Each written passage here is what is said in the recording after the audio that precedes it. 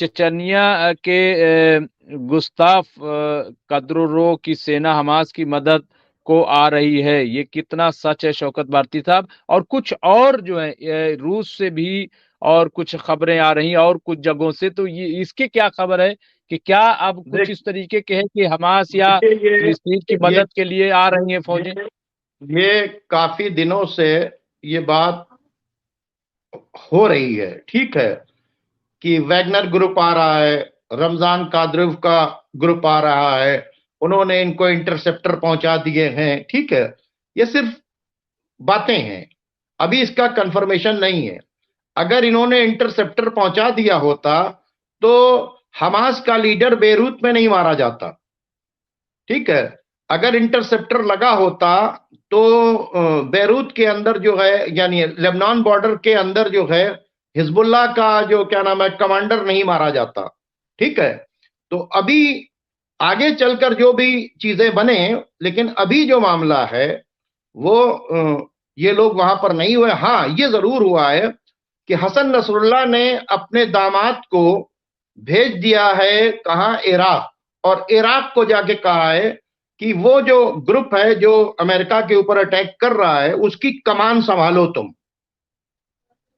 Hasan Nasrallah ने अपने दामाद को कहां भेजा है, नजफ भेजा है, और क्या कहा है कि जाओ जाके वहां से कमान संभालो, अब जंग करनी है। तो इराक जो है वो बड़ी तेजी से एक्टिव हो रहा है, और उसकी एक्टिवनेस आपको दिखाई भी दी कि हैफा के ऊपर 9 मिसाइल जो है उन्होंने मारे हैं, ठीक है।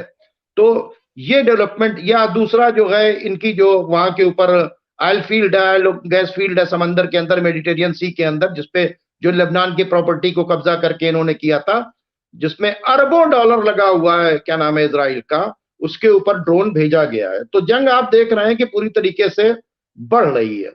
तो ये जो बात है कि वैगनर ग्रुप या रमजान कादरो, ये बहुत दिनों से न्यूज आ रही है, लेकिन अभी इसको किसी भी मीडिया ने, ना अलमायदीन ने इस पे बातचीत की है।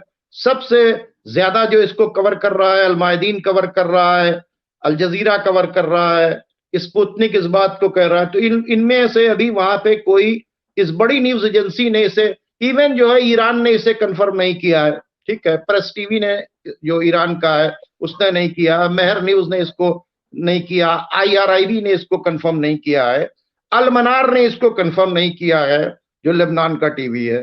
तो लेकिन हाँ, ये बातें तो बहुत दिनों से, 1 महीने से बातें चल रही हैं, ठीक है। ये लेकिन अभी कंफर्म नहीं है कि वो लोग यहाँ के ऊपर आए हैं।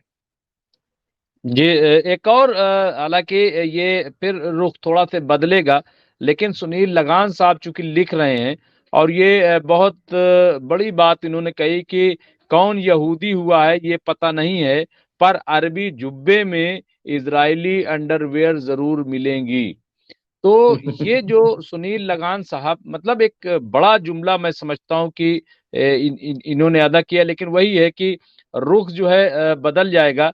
इसके अलावा एक बड़ी अच्छी बात है, हालांकि हमने जब मोहम्मद अदीब साहब से आज इंटरव्यू किया तो सुषमा स्वराज का जिक्र किया, तो उन्होंने कहा था वो बड़ी डिसेंट लेडी थी। तो ये हमारे वजीउद्दीन अंसारी साहब ने, उन्होंने लिखा है कि किस तरीके से सुषमा स्वराज जो है वो गई थी। ये उन्होंने लिखा है, ये देखिए स्क्रीन पे, कि जब सुषमा स्वराज ईरान गई थी तब वो सलवार कुर्ता, सर पर हिजाब लगा के ईरान के आध्यात्मिक सुप्रीमो से मुलाकात करने गई थी, और ये सब हम लोगों ने देखा। तो जाहिर है कि सुषमा स्वराज जो है वजीर खारजा थी और बीजेपी में, और बहुत कद्दावर लीडर थी, लेकिन उन्होंने एहतराम किया।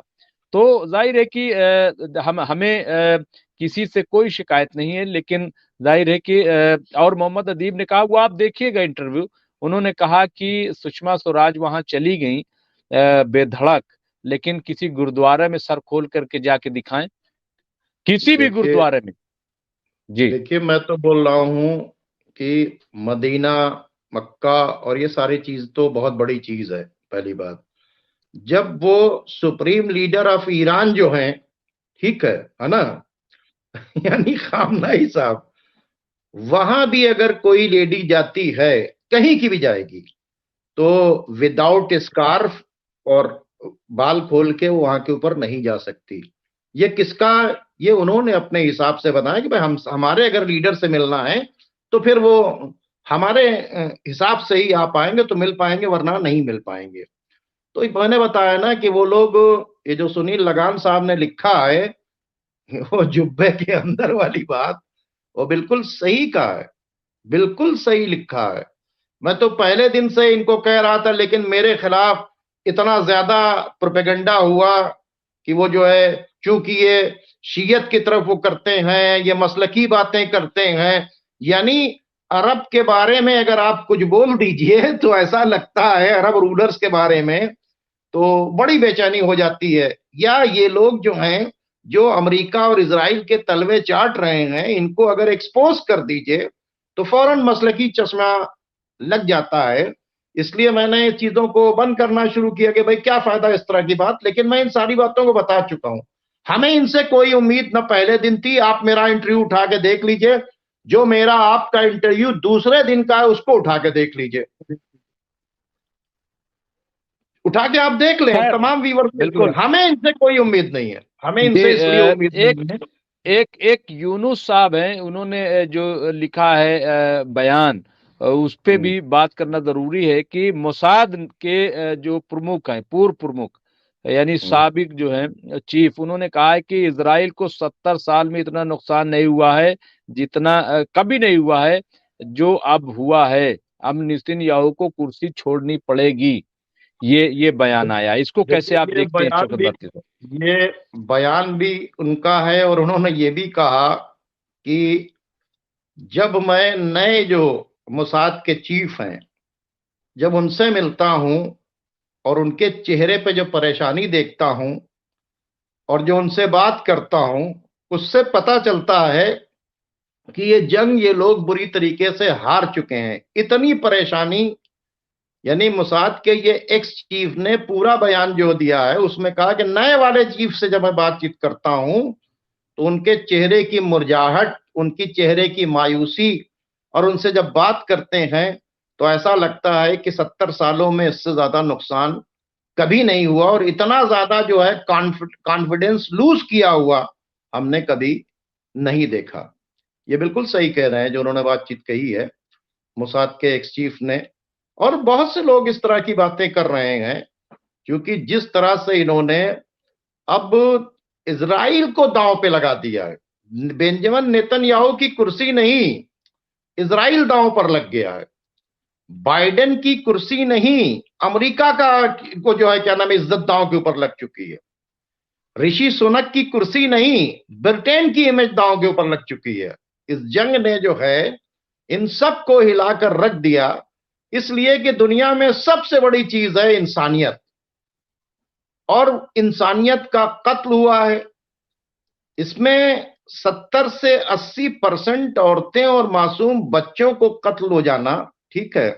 अभी जो कल का अटैक हुआ है भाई साहब, 14 ऐसी फैमिली है जिसका एक भी आदमी नहीं बचा है कल के अटैक में। बिल्कुल, बिल्कुल, 14 बिल्कुल। ऐसी फैमिली हैं, ठीक है, जिसमें कोई बचा ही नहीं। तो इस तरह की पोजीशन है ये सब। और इसके हम लोगों को गुस्सा चढ़ रहा है, हम लोग यहाँ के ऊपर लिख रहे हैं, वो बगल में जो है बाकायदा तौर के ऊपर जो है, बगल में मिस्र बैठा हुआ है ना, अपने बॉर्डर से जो है फोर्स रखे हुआ है, जॉर्डन बैठा हुआ है, सऊदी बैठा हुआ है। ये तो फिक्र है कि इजराइल तेल पहुंच जाए, उसको ये तो फिक्र है कि बाकायदा तौर के ऊपर इजराइल को खाना पानी तो पहुंच जाए।